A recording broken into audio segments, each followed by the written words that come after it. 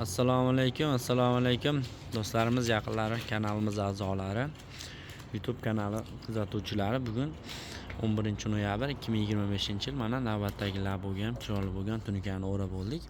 Laboni egalari kanalimizdan ko'ra Farg'ona viloyati Rishton tumanidan yetib kelibdilar. Hop, laboni ichlariga mana bunaqa uloqsiz holatdagi tunikalar qilingan. Polni shumkalar qilingan, ichlariga konteyner pollar qo'yilgan mana bu joylariga. Mana